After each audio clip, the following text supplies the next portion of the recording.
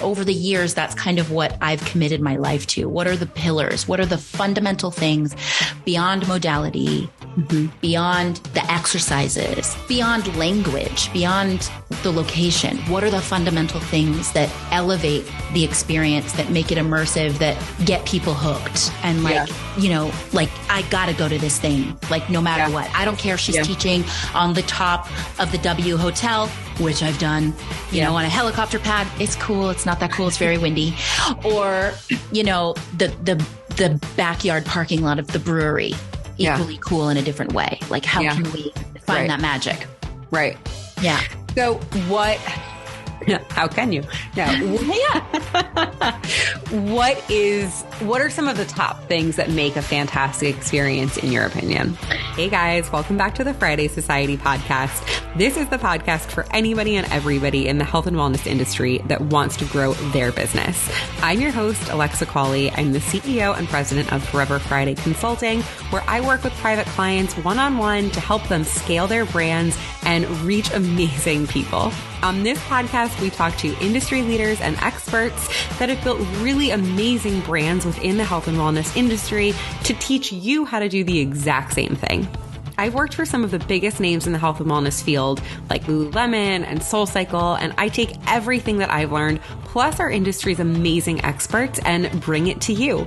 All right, guys, let's get into the episode. It is a really good one, so drop me a line on Instagram at foreverfriday.co, and let's get to it. Hello, everybody. I'm so excited for you guys to hear this episode with Shay. We could talk forever. I was on Shay's podcast a few months ago now, actually, and I will link that episode in the show notes. We talked way more about marketing, of course, just given who I am. But with Shay today, I talk all about getting into the flow state, the power of group fitness, and we really analyze a lot of the things that like SoulCycle has done with their music, and creating a framework for your classes from a branding perspective. So there's a lot of stuff. We go into like some scientifics about flow state, all that sort of stuff. So I love it. Shay is a member of the Friday Society membership, which is my monthly marketing membership. So she's part of the community, and it was just so exciting to talk a little bit deeper with her. She has an amazing background, which you will hear all about. She's worked for some of the top companies and has helped them stand up their businesses. So super excited for you guys to hear this one.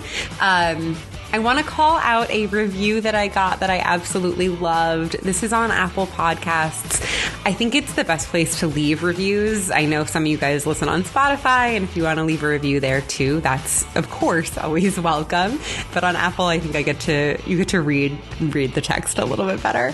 But it's from Nikki Jank, and she says, "I love this podcast. As a dietitian, I love how this podcast can help anyone in the wellness space. Add this to your weekly rotation. You will not be disappointed." So Nikki, thank you so much. I love reading a review that's somebody that's not necessarily in the fitness industry, because I've been getting this question a lot lately of like, can I still join the membership if I'm not in fitness? Of course. Like I just preach small business marketing techniques, and that applies to pretty much any industry. Of course, it's lovely if you're in the wellness space because I'm really passionate about wellness, but it can be anything if you have a small business. It's all about just connecting to your community and making them feel seen and loved and providing a service. So thank you so much for that review, and let's get to the episode with Shay. For everybody who has not found you yet, can you introduce yourself and tell us a little bit about where you are? Where are you in the world? Where are you with your career? Tell us all about it. Okay. I'm Shay. I'm currently living in Joshua Tree. And if you don't know where that is, it's about 30 minutes outside of Palm Springs, 2 hours from LA. 3 hours other direction to Vegas. It's in the Mojave Desert. U2 wrote an album about Joshua Tree. It's a vortex. It's one of those places that people are drawn to heal, to recalibrate. And I've been coming here for years. And during the pandemic, we faced a number of traumas and challenges. And we're We're going to buy a house in the desert and we're going to stay there until we feel ready to come out. And the plan was to be here until April of 2023. But we really like to contribute to the communities that we're in, wherever that is. We've lived in China, New York, all over the place. We're gypsies. And we always find a way to like really get involved with the community. And we're like just starting to kind of reemerge into the world with everybody else and seeing that there's so much opportunity here. So who knows? I might stay in the desert. Okay. Palm Springs is international, so I can fly anywhere. It's good. Okay. So you're 3 hours from Palm Springs, you said? Just 30 minutes. Oh, 30 minutes. Oh, okay. Down the hill, they say, but 3 hours from Vegas, which is fun, But whatever. But as you Palm Springs for like a retreat and then come hang out with you for a little bit. Yes. And we've had so many clients because there's a national park here. This is like a destination on the map. So that episode of Entourage is all I can think of. I haven't seen it, but now I want to watch. Yeah. Yep. We've had clients come through and literally stay like in our guest house. We've had clients come in and like we've done work in their Airbnbs or just meet for lunch or like meet up in Palm Springs. It's so much fun. It's fun to live in a place that's like on somebody's bucket list to visit and like show them a little bit of weird because it's weird out here. And we're down, we're down for a little bit of weird. But as you mentioned, my husband and I are the co-founders of Fitness Career Mastery, the podcast of the same name. Mm-hmm. And essentially we're fitness business coaches. Mm-hmm. We say that we like to help people build and scale heart-led businesses that attract the clients they're meant to serve and keep them for longer than they typically stay. Yeah. And also make sure that you're delivering on the promise of your marketing. So a lot of what I do in particular is I like to call myself an experience designer. I'm really an artist at heart. My background is in dance and theater. I come from a family of artists and musicians who are very well known. Everybody in my family is an entrepreneur. We march to the beat of our own drum. Mm-hmm. I'm very much about like hands-on creation and finding your own way. Mm-hmm. And in the fitness industry in particular, I've done that through various entry points, from being on creative teams for programming or designing programming for products, fitness products, or like digital platforms. I've been a master trainer for a very long time, training instructors how to teach. And now through some business coaching and brand building, I really just believe in the power of fitness. And I feel like there's so much more that we do that we do for people that we don't talk about enough. Mm-hmm. And I also just believe that everybody's capable of creating an experience that people can fall in love with, because exercising isn't that fun, you guys. It's not. You only fall in love with fitness once you've already gotten the benefits, you see the results, and you're fit. Then it's fun. Then it's fun to go take that crazy rhythm ride class. Then it's fun to go to the rope climbing. I don't know, whatever. Yeah. Like, it's fun. No, but you're right. It's only once you've like proven to yourself that it is an experience you enjoy and that you can see the benefits, that you're able to take on new things. Yeah. But when you start out, it sucks. And like my job, I feel my purpose is to help people understand that we need to focus more on making it fun. It still needs to be results driven and needs to be safe, but it needs to be fun. It doesn't need to be that serious. We need to really use a little magic to help people like see things that they previously felt were impossible, dream a little bit, like what's possible, and also make it more accessible and inclusive. That's really important too. Yeah. We're not competing with each other. We're competing with Netflix, and Netflix does a really good job. I just binged all of Wednesday. Okay. So how can we get people to binge your workouts over a longer period of time? How about that? Yeah. Yeah, absolutely. Okay. So we're going to get into talking all about making sure that you're still in service to your clients and getting a pulse check on what does that mean to be in service, right? Because I think a lot of people listening, maybe are at that point where they've gotten things set up, they've had some success, and maybe now could be doing a little bit of like run of the mill sort of coaching and instructing. Totally. And that's where I think we want to take a little pulse check. Before we go there, you mentioned that you were in China. I know this story and I think it's so fun. Can you give us in a wrapped up little bow, what were the few years like for you before the pandemic and before you bought this house in Joshua Tree? Listen, this gig in China was a dream come true that turned sadly into a bit of a nightmare, as some things do, but I wouldn't trade a single second of it for anything. I had just left my corporate fitness job in New York City and relocated to Los Angeles, and I was working for a fitness product that still exists, though not as big as it used to be. And I was the face of the brand and helped with the invention and all of those things. And so that allowed me to be anywhere. And then I was dabbling with, helping some other studios train their instructors because that was my full-time job. And that I had left. And I was just, hanging out in LA mostly, like working, I'd fly off to here and then, I'm hiking Runyon and doing the LA thing. Yeah. And so I decided to sign up for LinkedIn Premium. So I paid that, whatever it was at the time. I think it was like $99 for the year or something. Like now it's so expensive. Yeah.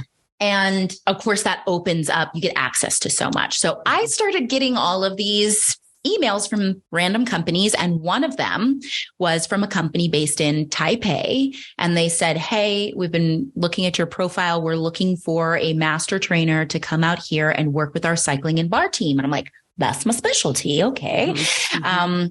It was so long. These are all the things you get. Like it's a 3-year contract. I was like, hold up. So I'm like, it also didn't look legit. Like I was like, this is a trick. I have to Google where Taipei is. It's in Taiwan. Taiwan is between China and Japan for anybody listening. And it's beautiful. Go visit. It's a beautiful country.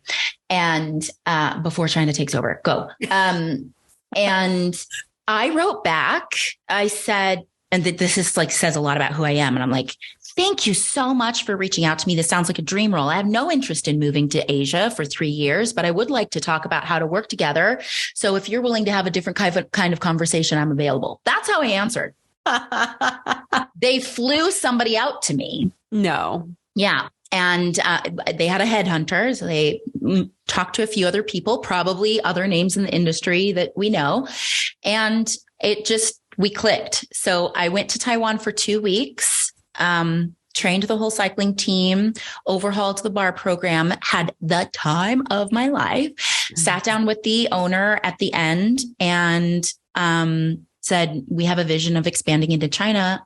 Do you want to come along for the ride? And I was like, yeah, sign me up. Wow. So what changed your mind from back in the day when you were like, no, I'm not moving to Asia? And so here's the deal. I still was not willing to move. So when they called a few months later and said, we're ready. We need you to come for like at least a year. And I was like, no, I have a business, a boyfriend, and a dog. Can't do that. And I love LA. And so they said, do you have anybody who's like you? And I said, I do. And that happened to be Barry, who at the time was a friend and colleague. He had just moved to LA from Dubai. He was not digging he was like a supermodel in Dubai. He was like on he was like on billboards. He was like in GQ, the cover of GQ magazine. Really? Yeah. He comes to LA. Everybody thinks he's an Adam Levine lookalike. Nobody cares about anything. He does look like Adam Levine. Yeah. He's cuter than Adam Levine. Thank you. Adam Levine's it was funny going out to lunch with him in LA because people would take pictures and they'd be like, who's that woman? And I'm like, oh my God. because he really looks like him. But so he was like, I'm not having the impact that I'd like to have. I'm getting lost like in this noise. The company I'm working for isn't appreciating me. This girl I'm dating kind of sucks. I don't know if I like it here. So I was like, do you want to go to China with me? But I'm going to leave you there. And he was like, I just got to LA. I'm like, yeah, but you hate it. And we get to work together. It's going to be so fun. Yeah. So we all moved into a house together in Beijing for a couple of months. And I left him there and he ended up staying for 3.5 years. Wow. And I was whatever the equivalent of bicoastal is between LA and China. Yeah. Bicontinental? Bicontinental. So it was a lot. It was months at a time going back and forth. And then it just finally came to a place where they had a role for me I was interested in. I didn't want to move to China to be a master trainer when I'd already been doing, like, I wanted, if you're going to relocate to another country, you're either a very young person that like wants the opportunity to travel because you're probably not going to make that much money in the end, or you're like, I want a role that I probably couldn't get here yet so that I can come back. That's really why you do it. Yeah. So they brought me in to do that. And then Barry and I accidentally fell in love. And 100 days into my job, they canned the whole project and fired everybody on a 6-figure salary and or like a expat. When was that? What day? It was like right before Christmas in like 2018. And I gave up my DTLA apartment, which was a live workspace and studio.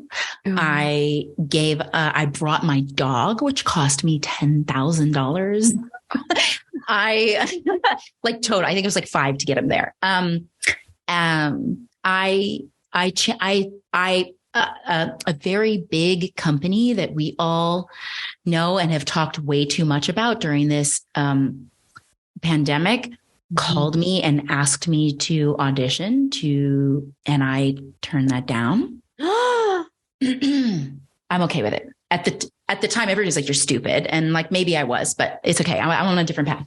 Yeah. And they were like, never mind. They just never mind. No reason. It's not going to work. Wow. So, to corporate apartment, we're homeless with a dog in China. We bummed around for like 5 months. We ended up getting married in China and like went to Bali for a while and then came home. But the work there was interesting, beautiful studio. And like kind of what we're talking about today to bring it around. It was an interesting experience. I love living abroad. I love traveling. There's no reason to go to China, you guys, unless you want to try a butter roll and maybe see the Great Wall, go to an unrestored part. Don't go to the commercial part. That's kind of it. Shanghai is a gorgeous city, very easy to live in, tree lined, all kinds of people from all over the world. There's nothing to do there. Don't go as a tourist. It's boring. But beautiful place to live. I was very happy. I made a lot of really good friends. We did a lot of incredible work with this company. So the founder used to work with Sony Music. So part of the catchphrase of this place was moved by music. And a lot of what we did was very much centered. It's like what Peloton's doing kind of now, like featuring artists and like famous singers would come in. Like we were doing what Peloton was doing in China, like 4 years before they, like it was that the rooms had like projections and lasers and fog machines and all the bells and beautiful, like lounge spaces. I mean, it was like going to a resort. Wow. And my job was to make sure that we delivered on the promise of that like aspirational identity of the people. Like this was an escape. This was elevated and kind of like what we're going to talk about today. I've worked in these incredible spaces with all the stuff, the LED lighting and the ones where like the instructors are like connected and everybody has a common mission and like there's a real community. That is like Disneyland magic. Yeah. I've also been in those spaces where it's dead inside because you're completely missing the mark. You're missing the intention of what you're doing. You got all the cool stuff because you see it on social media and you think that's what you need to do to compete. I've taken classes in basements. I've taken classes in the back of breweries, in garages, no lights that are so magical. Like in my mind, I see the pink and purple lights and the disco balls because our brains, I want to talk about this later, are so incredible. We have like this chemical pharmacy that we as instructors in particular, but also the fitness business owners can help our clients access and make them feel like they're in that environment. And then of course there's, if you were to look at a quadrant, there's like the crappy, yoga studio with a crappy teacher. And it's not that good. Right. And it's like, I want to be on the other side with or without the bells and what. You don't need a fog machine to have an experience. It helps, right? It's cool. But like, what do you really need? What's really, and like over the years, that's kind of what I've committed my life to. What are the pillars? What are the fundamental things beyond modality, beyond the exercises, beyond language, beyond the location? What are the fundamental things that elevate the experience, that make it immersive, that get people hooked? And like, like I got to go to this thing, like no matter what. I don't care if she's teaching on the top of the W Hotel, which I've done, on a helicopter pad. It's cool. It's not that cool. It's very windy. Or, the backyard parking lot of the brewery. Equally cool in a different way. Like how can we find that magic? Right. Yeah. So how can you? No. What are some of the top things that make a fantastic experience in your opinion?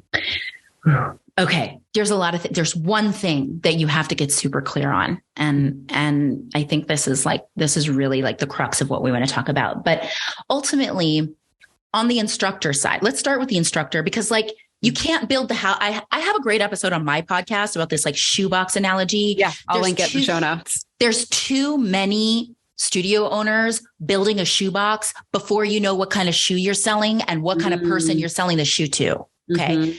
It's like, the logo and the outside and the this, and they call me 2 weeks before they open. And like, we think we want to do cycling. Can you help? And I'm like, when's your launch date? And they're like Monday. And I'm like, you missed it.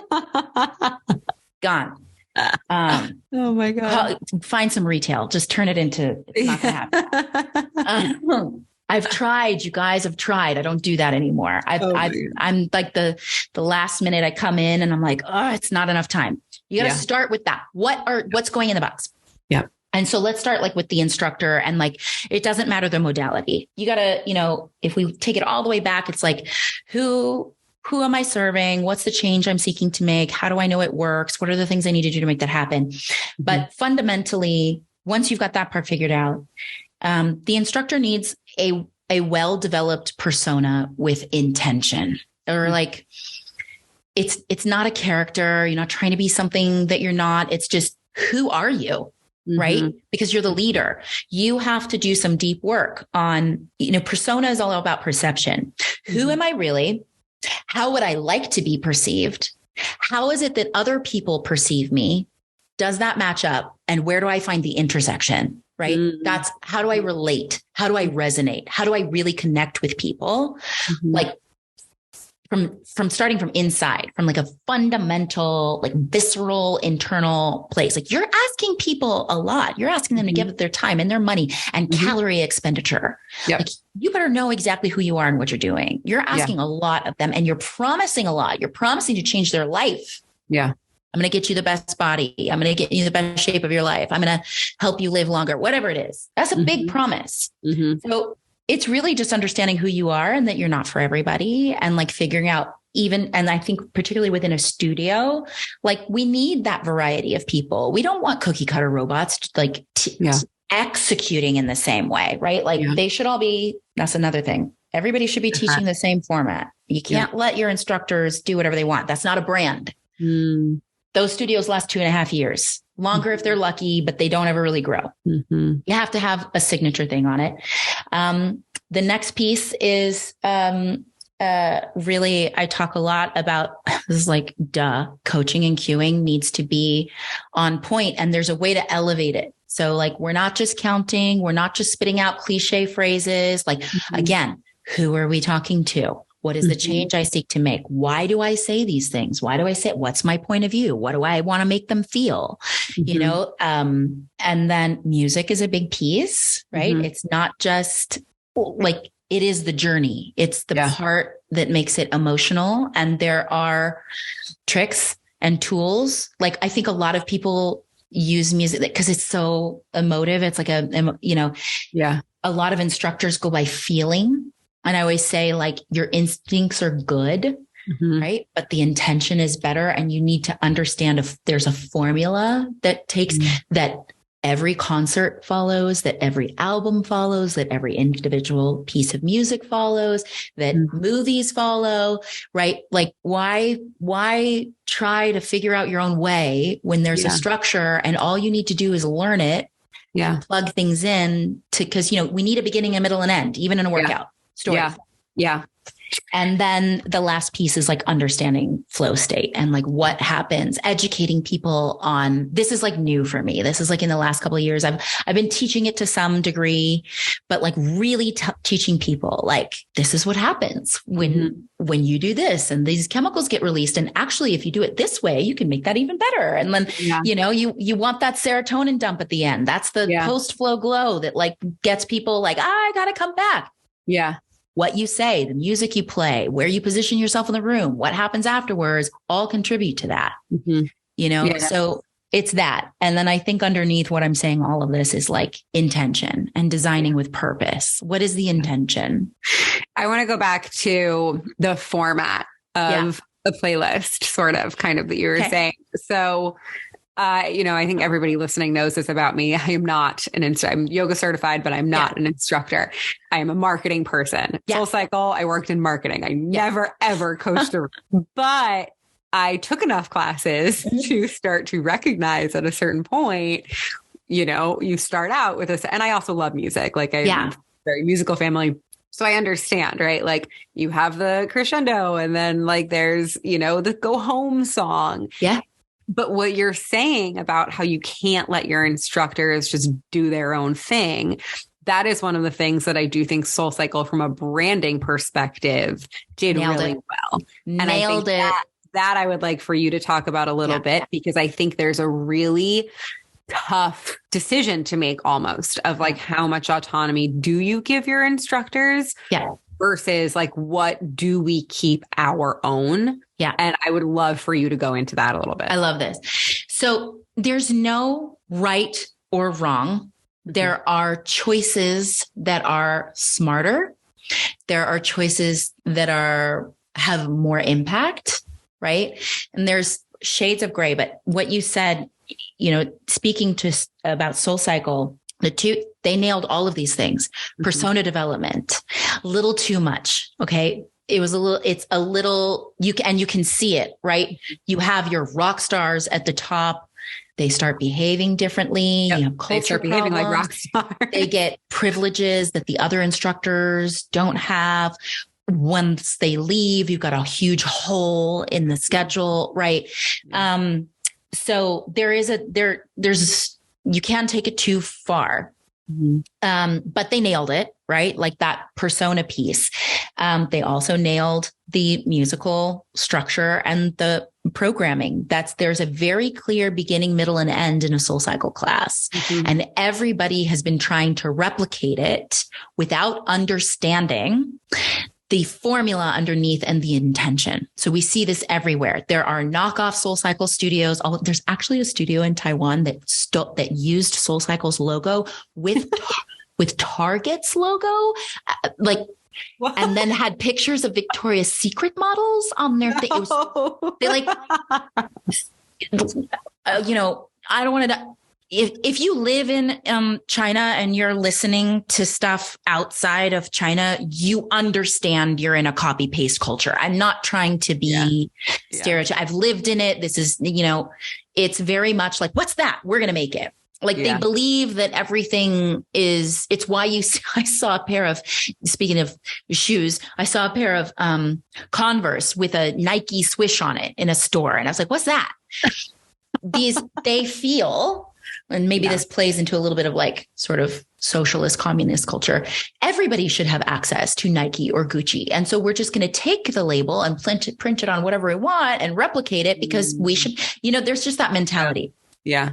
So so it was funny when I saw it. I was like, they missed the point. But we've seen these knockoff studios. I've worked in a ton of them. And it's like, well, we do this, we have this go home moment or whatever it's called in places that I've worked. It's called the heart song. It's called the return. It's called the turning point, whatever it's called. Mm-hmm. There's that moment. There's a reason why it's there. It's very, very important. And they just copy it and they don't understand why they're doing it. Right. Mm-hmm. There's a reason why it works, and I'll let you in. Part of why I do what I do is like, I don't feel like this information should be secret to one brand. That's not what makes the brand. The brand is who you are and who you're meant to serve and the way in which you do that. These secrets about how you build a class should be available to everyone. That should be like part and parcel of your training and the job. And you don't get that with your certification. So I'm doing it. That's why I'm here. Yeah. Right. So in terms of programming, it is really important that the brand as a whole has like a thumbprint. There needs to be a signature so that when a client comes, particularly, let's talk about a new client.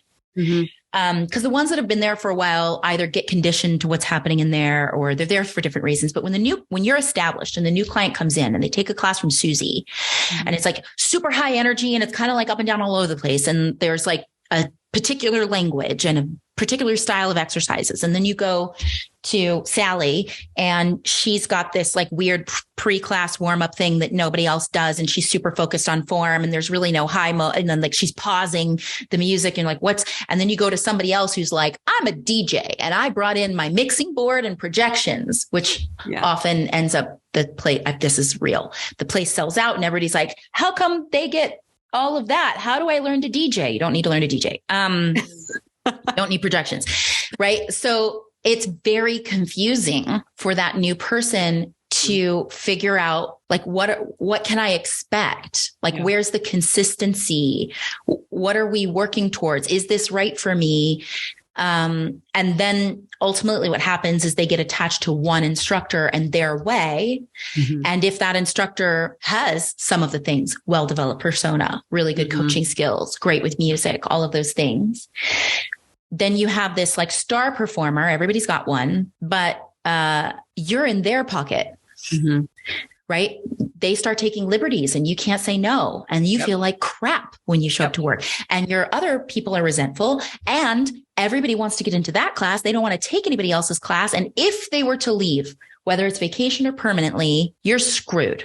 Yeah. So what saves you from that? What's the thing that is sustainable and scalable is making sure that everybody teaches to the same framework, the same beginning, middle, and end, whatever that means for you. Yeah. There's lots of variation within that, but they need to be clear. We have the same language. Let's talk rhythm ride. There's no standardization for that. People are like, this is the dip song. If I ever hear that again, I'm going to, there is no dip song. That's not a thing. But anyway, some people call it dips. Some people call it presses, right? Some people like they have all of this we have all of this language available to us. But when we see 5 different teachers using 5 different ways of coaching it, it's confusing. Yeah. Just make the decision. It's called the dip or press. Make everybody say the same thing,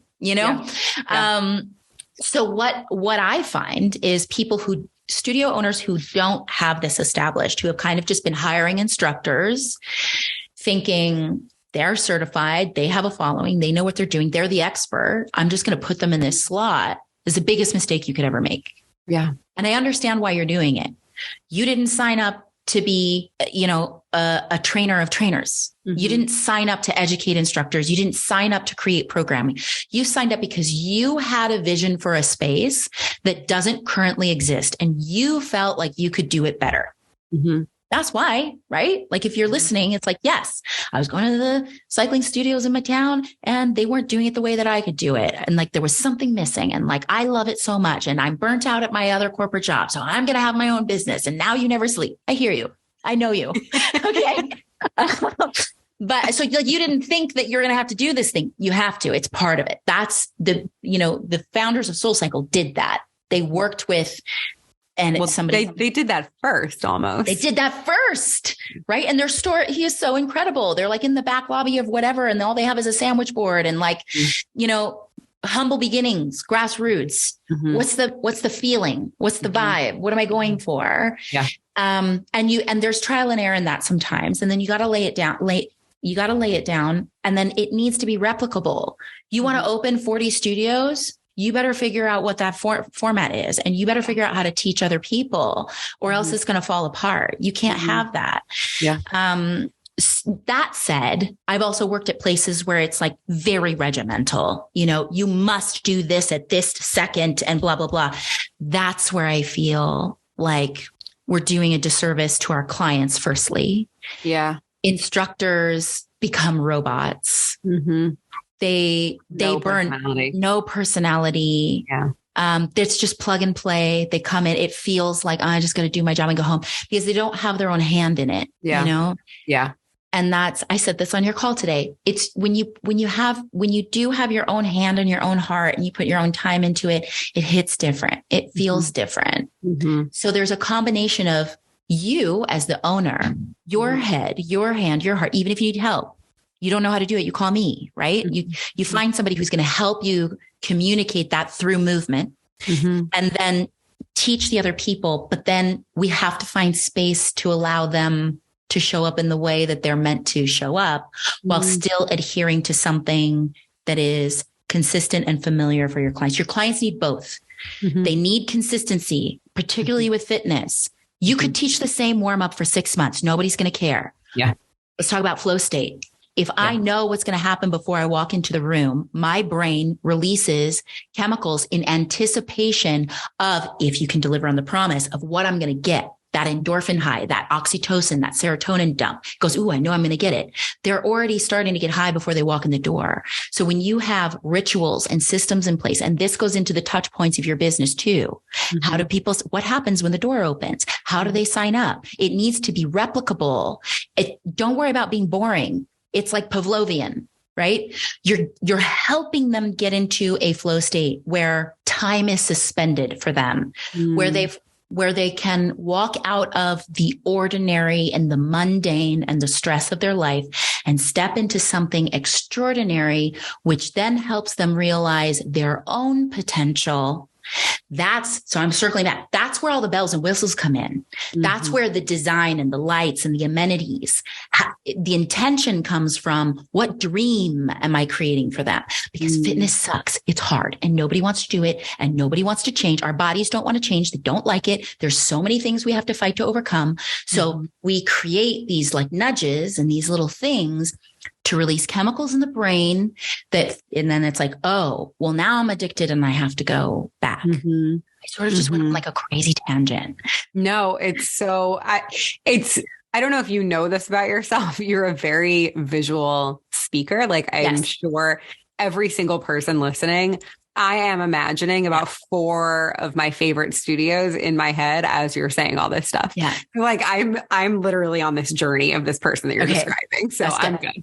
I'm a visual. That's another thing. I'm a visual learner, right? Understanding people's learning. You're teaching something in a fitness class. This goes back to coaching and cueing. And like, if you're an instructor, it's like, I have my visual cues and I have my verbal cues and I have kinesthetic cues and I don't really know what those are. So I never really use them. Right. Yeah. How do you level up on those? And how do we really understand people's learning styles? Right. So things, I talk about, it's like instructors go to like, people aren't paying attention. I shout. Shouting is not going to get you there. You have to understand what type of learner are they? Can I paint a visual picture for them? How are they verbal? Do I need to change the words or the tempo in which I speak to connect with their learning? Are they kinesthetic? Do I need to show and tell at the same time? Do I need to give them something to touch? Do I need to explain how it feels? How do you spot those in class so you can better serve your clients? Like there's so many things that like instructors aren't taught and business owners aren't taught that we don't think about that like could provide so much value to the experience. So thank you. I am a visual learner and I probably talk to the visual learner. You have a great way about you could rant forever, but like, I'm with you the whole time. Like thank you. Something about the way you speak, but like people just follow. Like it's not just because I'm living alone in the desert. No, I'm just kidding. with a 2-year-old. It was the cutest thing ever. Yeah. Okay. So I want to go more into this flow state and how we're creating this for people, because it's funny. Like I actually have a bad reaction when you say fitness isn't fun, because I love it. Like, I know you do. I love it. I think it's so fun. I love my classes. Like, but you're right. When class gets really hard, like ask if any of people who coach me are listening to this, they're going to be like, shut up. Because in class, I'm like, and you're like making all these like faces. Of course you love fitness. Otherwise you wouldn't be sitting in the seat that you're sitting in. But like, okay, so here's my first question. Did you grow up like athletic? Did you have good role models of fitness? Yeah, I have great role models. My parents are both very active. My dad ran the New York City Marathon 12 years in a row. Okay. Like, so they're very active. That's automatically going to make it more fun for you because you've had good role models and you've had experience growing up. Okay. 2, like, let's go back to like, would you consider yourself like an athletic person or somebody who moves? Have you been active your whole life? Yeah. Never team sports, but okay. Dance or anything. Gymnastics. Yeah. Gymnastics. There you go. Tick. Also, I think probably discovering fitness in like New York City. Super fun. Okay. Yeah. It's different. Yeah. It's like, totally especially different. At the time, you know, that SoulCycle was born and Lululemon was born, right? Which that's when I was born as an instructor at that same time in New York City, and you're a part of that. But like think back to like also higher quality fitness experiences just by the nature of the city. So it's less likely that you're going to walk into something that's really bad. Yeah. So whereas, you know, even in Los Angeles, there's so much bad fitness in Los Angeles. It's like, there's so much bad stuff. Sorry. Not sorry. It could be better. I mean, for a city that is just full of talent and creativity. I'm like, come on. So much potential. But you know, when somebody walks into, you know, the why, because it's the only thing that you have, and the teacher's only getting paid $15 an hour, and they've never had proper training because it doesn't exist in that town, and they've had to scotch tape their class together, and they're teaching at a gym, so nobody really cares about their group fitness program in the first place, as long as they got it's a numbers game, right? And you're unconsciously, even with you're doing it with your whole heart, you're unconsciously doing things that make it difficult for people to get lost in the workout. Right. And they go, and they walk away and they focus. The client is like, that was just hard. And I knew it was going to be hard. And now I don't want to do it anymore. You know, you're so right. And thank you for checking my privilege, because you're right. Like, check your privilege. Of course I don't hate fitness. I was grown up in the Rumble didn't even exist yet era. Right. And I straddle both sides, because I grew up as I hated PE. I had my dance teacher sign a note all the time. I love performing. I love theater. I love movement. I love music. I've played instruments as a child, so I'm down for all of that. I love helping people. I love talking to people. So group fitness for me, like that's where it's at. I'm like, when I fell into that, I was like, oh, this is like everything I already do, except for like, I don't have to put on a costume and pretend to be somebody else. I get to just be myself and talk to people, and the power I can get them to do what I'm asking them to do. This is amazing, you know, and there's like a direct impact there. So I was like, you know, okay, this is like and I could use all these skills that I went to school for on a daily basis instead of waiting for somebody to give me a job to use my skills. That was the thing for me. I was like, I wish I had grown up as an actor now with access to social media, because I would like be killing it. I was, as you're walking around like, please, sir, give me a job, you know, like that to me was empowering. I can use all the skills I have. In an environment where I have a little bit more control, and I get to do it on a daily basis instead of waiting for the opportunity. So, but like, I don't, you know, I signed up before I fell into it, you know, I signed up for a gym, and I walked in, I was wearing my boyfriend's basketball shorts and a t-shirt, because there was no Lululemon. And I looked at the stuff. And I was like, what are all these people doing? Picking shit up and putting it down. This is so weird, Yeah. you know? Yeah. And I went on the treadmill like everybody else. And then I didn't know what to do and I couldn't afford a trainer. I tried personal training when I got into fitness and I was like, okay, I could be good at this, but like, this isn't like my jam. You know, the group fitness is special. Like it's different. It's like, there's different kinds of fitness, and group fitness is, you know, it ties into like our ancestral roots. It's like, we've always gathered. We've always gathered to sing and dance and move and breathe, to celebrate and to ultimately elevate our consciousness. Like and our vision for like, I truly believe we have the ability to change the world we live in, you know, truly. And like Kelly McGonigal's book, Joy of Movement, that's a lot of it is coming out of that, you know, thank God for her. She's been a guest on our show. Thank God for her. Like that joy factor, the hope molecule, that's a real thing. And that's what we need right now. We need that more than ever. Yeah. But where it's so many things. I think we're very narrow-minded as an industry. Like we have this, like, I want to help everybody, but then it's like too much and we don't have the tools. Our marketing is not as inclusive as it could be. It's too jargony. It's speaking to the people like you who already love fitness. Nobody cares about this thing on the bike, you guys. It looks cool to us, right? Yeah. I'm talking about Instagram when you see like 140 out of the saddle doing crazy choreography. That looks cool. Yeah. For somebody who's already fit, they're like, I want to try that. Yeah. For the person who's sitting on the couch is the person you should be talking to that is so far away. They're not coming. Yeah. It's demotivating because they are like, okay, check. I'll never be able to do that. Yeah. So, okay. So like really diving into like flow state, right? And like kind of like, so like, I'll ask you to define it. Like, how would you define flow? What does it feel like? Yeah. When you don't check your phone. Yes. When you like forget about all the things going on around you. I'm writing these down. Don't check your phone. I haven't heard that before. When you don't check your phone. Totally. You forget about everything else around you. What else? When you feel really lit up like now. What else? I think maybe like when you feel excited to keep going. Yeah.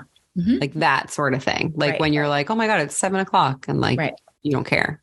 So in positive psychology, the definition of a flow state is also known as being in the zone, right? We hear that all the time. We tell our clients, get in the zone. Stop saying that. It's not that easy. Don't tell them. You can't tell someone to get in the zone. You have to show them and lead them there.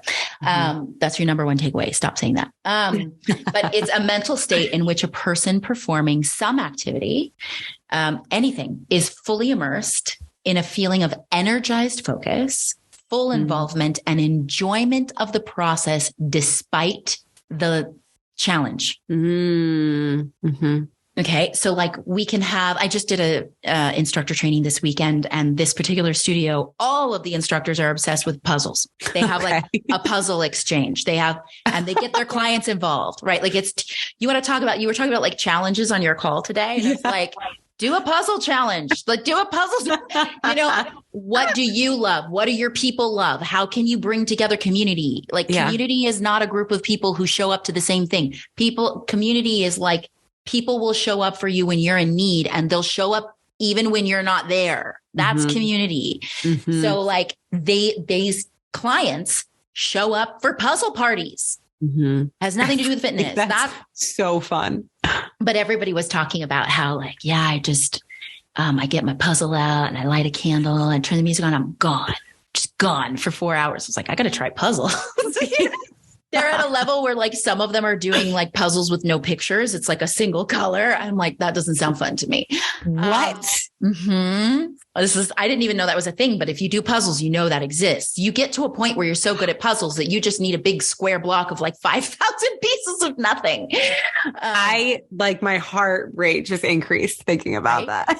So that leads me to another thing. When we're talking about challenge, there's something called CS level. This is a term that's like used a lot in sports. So your challenge skill level needs to match, right? So for you, Alexa, to do a puzzle with no picture on it, the challenge is very high, but your skill level is very low. This would not be fun for you. This would put you into a state of anxiety, a state of fight or flight. Okay.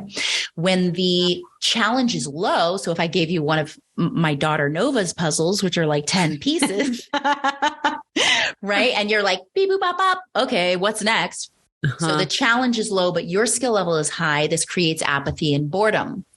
You start thinking about something else. So now that I say this, when the challenge level is high and the skill level is high, that is the greatest opportunity to experience flow, because you can operate in something called unconscious competence. I'm using jargon here because you guys are professionals who are listening. This is not how I would talk to a normal person.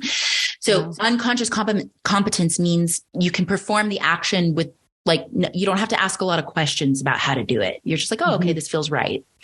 You can still provide an opportunity for flow if the challenge level is high and the skill level is lower. This is where things like modifications come in. It's not just for safety. It's mental engagement.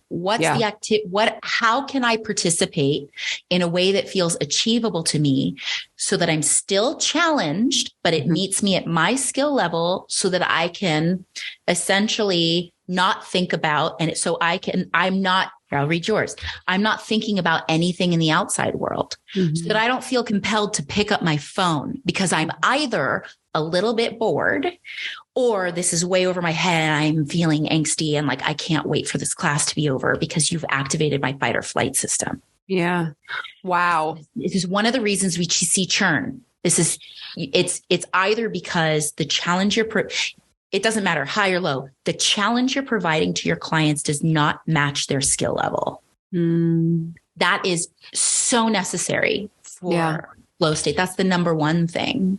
And then there's like all these other little things, like we call them, there's like flow disruptors, like, so things that like pull you out. And then there's flow like boosters and triggers.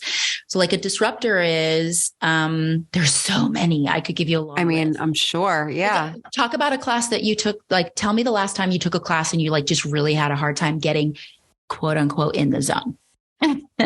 Oh God. It's so hard now because I feel like, and I'm sure you feel like this you too, like found your place too. Like, I know you go to Barry's and you meet your people. So like, it's not going to happen. Right. But like, if you can think back to it. No, but it can. It depends on the instructor. There are certain instructors that make me feel like I could run through the treadmill. And then there are some that I'm like, all right, like I max out. Okay. So what's contributing to that? What happens? Can you think of a specific thing? Yeah. It's like tone of voice is super important. Yeah. The music is just so huge. Music volume is so important. The control of the lights is super important. And like, particularly, you said I go to Barry's a lot. So it's like, is that instructor good at teaching to two types of the room? Because like that's people are on the treadmill and people are on the floor. So it's like, if you're talking too much to one group, then one group forgets. And like, that's a whole thing. But people take that for granted. That's a really hard job. Oh, I'm constantly baffled. I just think it's the most difficult. And like everyone's doing, the timing is always matching up. I think it's absolutely, it's so cool that people can do that. But yeah, it depends. It's the tone of voice. It's what you're saying. It's, are you repeating yourself? Or the verbal cues right? Like there's a lot that goes repetitive phrases. The little things, like have people left to go to the bathroom? Is the door open? And like that, it contributes. It all contributes. I got a long list. Overcoaching, excessive use of jargon, stream of consciousness. Like you start talking about something that has nothing related to fitness and it's like an inside joke and somebody who's there is going like, what is she talking about? Yeah. Constant reminder of pain or discomfort will do it. People, if you're doing your job right, you are using your tools, your tone of voice, your energy, your presence, your music, your coaching, helping them adjust that CS level in a way that they're not thinking about the pain. The whole point of using music is to reduce the rate of perceived exertion. So you don't need to talk about it all the time. Like it's one of those things like don't think about the elephant in the room. And you're like, all I can think about is an elephant and like, what color is it? And how big is it? And where did it come from? Stop talking about pain. Too many outside references that have nothing to do with the class, skipping tracks, shuffling tracks, repeating tracks. I can't believe that's actually happened in a class I've been to. Music too low, music too loud, shouting, fidgeting with your tech, poor form, lack of energy, unclear direction, unclear expectations, unrealistic relation to time and intensity, repetitive phrases, coaching on autopilot, no modifications or progressions, inappropriate recovery. There's a lot, Yeah. The fiddling with tech, that one's huge. Right. People don't realize that. Constantly touching your microphone. Volume goes up and down. Too many light changes. Staring at your laptop because that's where your notes are and you didn't memorize them for class. Yep. Right. Yeah. I went to a class one time where she kept looking at her phone. Oh my God. I found it so crazy. And I said something, I worked with the studio. And so I told the studio owner after, and they were like, well, it's just how, it's just the way they keep track of time on their phone. And I was like, okay, you need to buy them a Polar watch or you need to buy something here, because no way should somebody have their own personal iPhone and then open up Instagram when there's a notification. Like, oh my God, that I just absolutely couldn't believe. Those types of things keep the instructor from being in flow, which means that they're disconnected from the client's experience. Like the instructor needs to be in flow as well. And then you as the client, you're like trying to get your workout done. And after a while, particularly if you're a visual learner, you're like, why do they keep looking at their phone? Like, what's more important than me? I paid $35 to be here. What's going on? Then you think about your phone and your email and your Instagram and Right. So like all of those, like really it's just, doing an assessment. You have to know what to look for. And like, that's part of what I want to help people, learn about, because, and here's the other thing. You don't just do anything. That's not just the way we teach. Okay. You do it with intention. And this is really the core of everything. Like from what's happening in class to the platform that you decide to host your online content on, to the features in your space, what is the intention? And every single thing needs to be thought about if you want to create an environment that people can get lost in. And we need that, get that sense of like not knowing what time it is, right? Means that we've released the chemicals in our brain.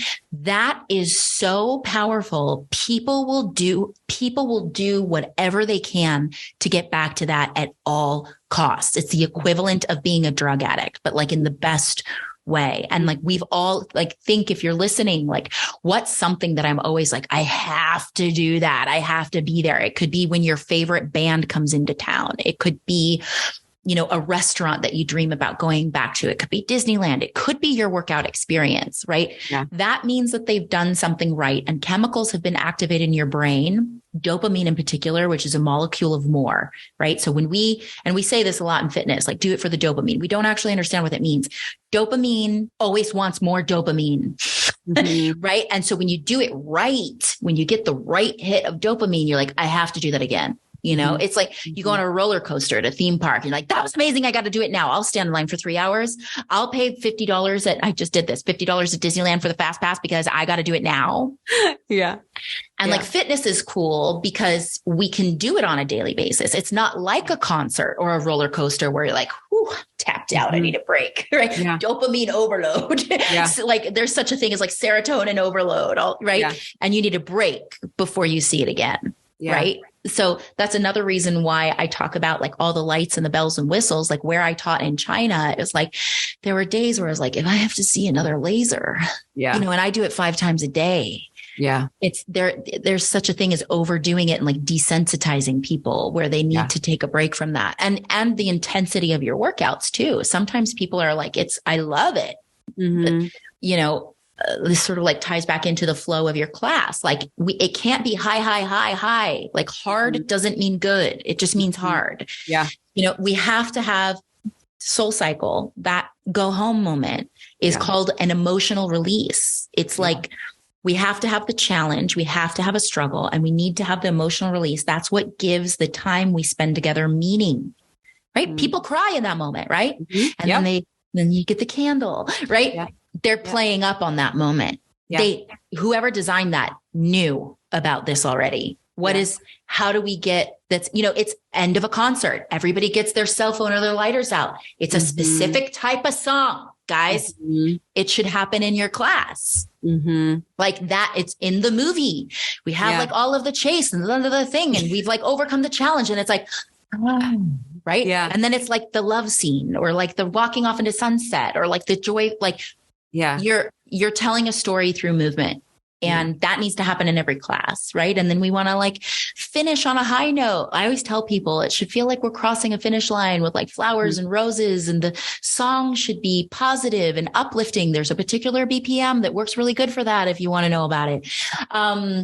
You know, because we don't get that in life. Our lives are messy. Like relationships end without, like, oh, it's a mess, right? Think about your last breakup and you're like, I just want to put a bow on it. And you do stupid shit to try and fix it, right? Or like the job or the way, like our days are messy. Our lives are messy. This is an opportunity to give them something curated and consistent on a regular basis that makes them feel like they have some sense of control. Like the workout's achievable. So my life is achievable. And if I can't put a bow on everything in my life, at least I can do it here. And I get that cocktail, that serotonin that goes, did it, close loops. It's why that's on your Apple Watch, that whole psychology behind closing loops. Don't even get me started. Because our brains want to close loops.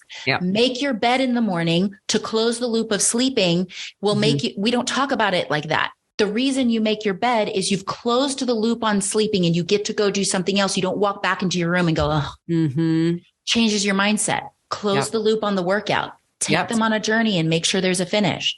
Have a program that everybody follows, that like, you know, that it's replicated.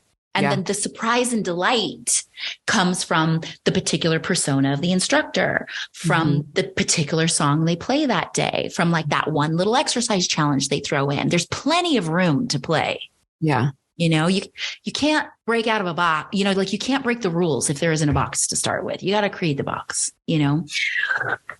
I'm going to wrap us here. Yeah. Because I just think that was so perfect. And I can't wait for people to hear this. I really can't. Me too. So here's the last thing before we go. It really, everything comes back to intention. Do it with intention or don't do it all. You don't have to do all these things at once. Choose, like, do an assessment, whether you're the studio owner or the instructor, record your class. Like, I say good job, like way too much. It's like, right. And choose that. Or like, wow, I'm kind of monotone. I don't have a lot of vocal variety. Or like that music doesn't actually flow the way I thought it did when I built it, you know, whatever it is. Or watch your clients, their hands are on their hips. That's a clear sign you're doing something wrong. Fix it. It's not their fault.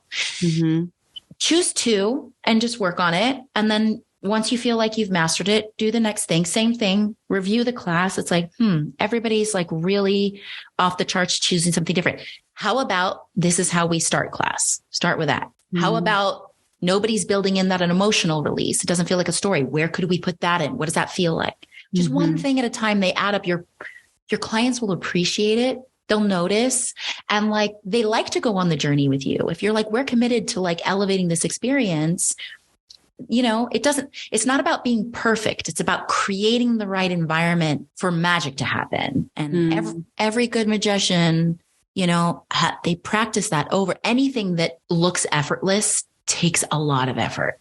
Yeah. Anything that looks effortless, you got to put the time in. Yeah. And then the last thing I want to say to you, this is so, so, so important. It comes back to everything, is ask yourself these questions. Who am I for? Or who is it for? The workout. Depending, solopreneur, run a business. Who are we for? Who is it? What is the change that you are seeking to make? Right. This goes, how do I want them to feel? Right. What do I want them to believe about themselves? What kind of goals do they have? Like physically and bigger picture goals. Like, what's the change? What do I want to see happen in the world? And the third question is, how do I know if I'm doing it? What are the markers? Right. Such a good one. Like, very quick example, and I'll let you go. Like, my whole thing as a fitness instructor was like, I really want people to like feel like they can take a risk on themselves. I want them to like have an adventure and like try something they've never tried before. Okay. That's like, and the type of person is, you know, That's more complicated, but I have it's like it's a left of center kind of person. Like I'm not telling you don't have to have purple hair, but like, the person who just like doesn't fit in with the status quo, who's like that song, left of center. Yeah. Like somebody like me who like doesn't fit into a corporate infrastructure, who likes to do things their own way. They're kind of a bit of a rebel. They're not necessarily an outcast, but they don't always fit in where they are. And, fitness is cool. They probably like, maybe they grew up in the 90s like me with like heroin chic. Oh my God, it's back. Please kill me. And we have like some shit going on in our head we need to figure out, but like really we just want to find a place where we feel good about ourselves and we belong, and we want to try something new. So like, that's the change. That's who I'm for and the change I want to seek. And then there's like specifics that I have within that in terms of fitness goals. How do I know it works? Well, there's little things within the hour, right? What do they look like walking in versus what do they look like walking out? Can I get them to pick up the 10-pound weight versus the 5-pound weight? Can I get them to try the complicated choreography on the bike, even though I know they've never tried it before, and they don't sit back with their hands on their hips, they stay committed. Those are telltale signs to me that I'm like, this is a person that I can lead to taking a risk. Yeah. A few weeks from now, I hear, oh my God, I tried this new thing. Like one of the biggest for me was somebody who was like, had taken my class and wanted to sign up for like an amateur boxing thing. Didn't tell me about it, signed up for it, did it, brought me the t-shirt, not like something from the table, the t-shirt he won for me. Right. And then years from now, I have clients that like I trained as instructors and like literally I was just trying to get them to like use their voice. And now they're like, I run my own business. Right. Like, or what? And I'm like, that's my girl. Right. Yeah. Like that's my guy. With the markers. Yeah. So for you, it might be like peace. It might be, it might be getting a better booty. Like it might be gaining strength. It might be, whatever it is, it can be anything. Be honest about it. And like consistently ask yourself, who is this? And then every choice you make, right? Should I make my class like this? Is it for that person? Should my front desk look like that? Is it for that person? Right? Should I run this challenge? Is it for that person? What's the change we seek to make during the challenge? How do we know if it works? These tie back into like what you do, all your systems, simple questions. And then you got to write it down and then you got to go find the systems to make it happen. But you have to start with this first. If you don't start with intention, you have nothing. Oh, I love it. Where can people find you? At my home in Joshua Tree. I'm going to link. So you're you're at Fitness Career Mastery, but you're also at the group conservatory. Yeah. So for all things business, everything will be linked in the show notes, by the way, you guys. For all things business and branding, you go to Fitness Career Mastery on Instagram. That's also the name of our podcast, Spotify, Google, all the places. That's our website, fitnesscareermastery.com. If you are an instructor or studio owner who's particularly interested in elevating the experience you provide for your clients and learning more about what I talked about today, story arc, flow state, how do you coach and cue, how do you get people addicted, all of that stuff. How do you increase? How do you get to waitlisted? Like, I'll tell you how. I'll tell you how to do it. Double. That is the Group X _ Conservatory. I think if you just put Group X Conservatory, it'll come up. And then if you want to see pictures of my kid, you can follow me at Shay Kostabi. That used to be my business profile, but it's literally just turned into like the nonsense that I deal with on a daily basis. I love her. It's so funny. that one of, I forget, she was just asking you like questions upon questions. And it's Mama, what you doing? Mama, what you doing now? What you doing now? And it's like, there's 2 seconds have passed. I'm like, I'm still driving the car. Leave me alone. I love it. It's so funny. Thank you so much. This was phenomenal. I can't wait. I really can't wait to listen back to this. Me too. And so much coming. So everybody just stay tuned and keep hanging out with us. Yeah. I love being here. I'm a member of your community. I love the community that you're building. We have high hopes of like doing more things together. So don't be a stranger. Like, reach out and say hi. I like talking to people. I'm alone with a 2-year-old most of the day. Please come talk to me. No, I'm just kidding. But I also love talking about this stuff. So obviously. So, say hi. And I'll see you around. Thank you, Shay. go change more people's lives. All right, guys, you made it to the end of the episode. Thank you so much for being here. It means the world to me. If you haven't left a review yet, I would be so, so grateful. I read every single one, and they help me, they help the podcast, they help my visibility. So definitely encourage you to do that. And if the content of the episode was relevant to you, if it helped you with your business, I would love it if you shared it to your stories or if you sent it to a friend. That is it. I will see you next week. And again, thank you so much for being here.